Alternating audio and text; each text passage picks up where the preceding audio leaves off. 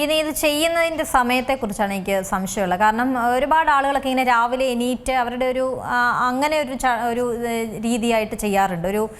രാവിലെ എണീറ്റ ഉടനെ യോഗ ചെയ്യുന്നു, അങ്ങനെ കേട്ടിട്ടുണ്ട്. അപ്പോൾ ഇതിനെന്തെങ്കിലും ഒരു സമയമുണ്ടോ, അല്ലെങ്കിൽ ഇത് എത്ര ദിവസം ഇങ്ങനെ ചെയ്യണം, അങ്ങനെ എന്തെങ്കിലും ഒരു കണക്കൊക്കെ ഈ യോഗയ്ക്കുണ്ടോ?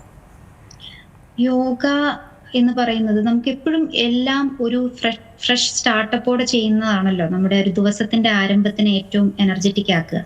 അപ്പോൾ നമ്മൾ ഏറ്റവും രാവിലെ തന്നെ എണീക്കുന്ന ഉടനെ തന്നെ ഫ്രഷായി വെറും വയറ്റിൽ ഒരു ഫ്രഷ് എൻവയറമെന്റിൽ നല്ല വെന്റിലേഷൻ ഒക്കെ ഉള്ള ഒരു ഓപ്പൺ എയറിൽ നമുക്ക് യോഗ പ്രാക്ടീസ് ചെയ്യാൻ സാധിച്ചാൽ അത് നമ്മുടെ പോസിറ്റിവിറ്റിയെ കൂട്ടുകയും നമ്മുടെ എനർജി ലെവലിനെ കൂട്ടുകയും മൊത്തത്തിൽ നമ്മുടെ അന്നത്തെ ഡേ നല്ല രീതിയിൽ നമുക്ക് വർക്കൗട്ട് ചെയ്ത് ആക്റ്റീവായിട്ട് ഇരിക്കാൻ സാധിക്കും എന്നുള്ളത് കൊണ്ട് തന്നെ yoga in the early morning ആണ് ഏറ്റവും ബെസ്റ്റ്. പക്ഷെ നമ്മുടെ ഇന്നത്തെ ജീവിത സാഹചര്യങ്ങൾ കാരണം നമ്മൾ യോഗ ഈവനിങ് ചെയ്യുന്നത് കൊണ്ടും തെറ്റില്ല. Yoga can be done at any time unless until നിങ്ങളുടെ സ്റ്റൊമക്കിൽ ഒരു 3 അവേഴ്സോളം ഉള്ള ഗ്യാപ്പ് ഉണ്ടായിരിക്കണം, വയറ് എംറ്റി ആയിരിക്കണം, ഫുള്ളായിട്ട് ചെയ്യാൻ പാടില്ല എന്നേ ഉള്ളൂ. പിന്നെ മനസ്സിലാക്കേണ്ടത് യോഗ എന്ന് പറയുന്നത് ജസ്റ്റ് ഫിസിക്കൽ പോസ്റ്റേഴ്സ് മാത്രമല്ല വരുന്നത്, അതിനകത്ത് മെഡിറ്റേഷൻ വരുന്നുണ്ട്, പ്രാണായാമാസ് ബ്രീത്തിങ് എക്സസൈസുകൾ വരുന്നുണ്ട്.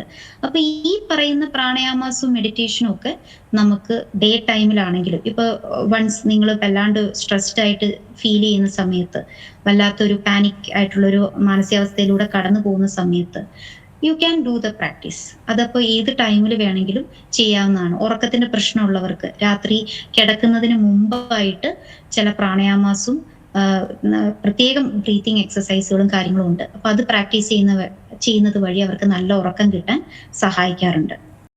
ഏറ്റവും പുതിയ വാർത്തകളും വിശേഷങ്ങളും വിരൽ തുമ്പിലറിയാൻ സീ മലയാളം ന്യൂസ് എല്ലാ ഡിജിറ്റൽ പ്ലാറ്റ്ഫോമുകളിലും ലഭ്യം.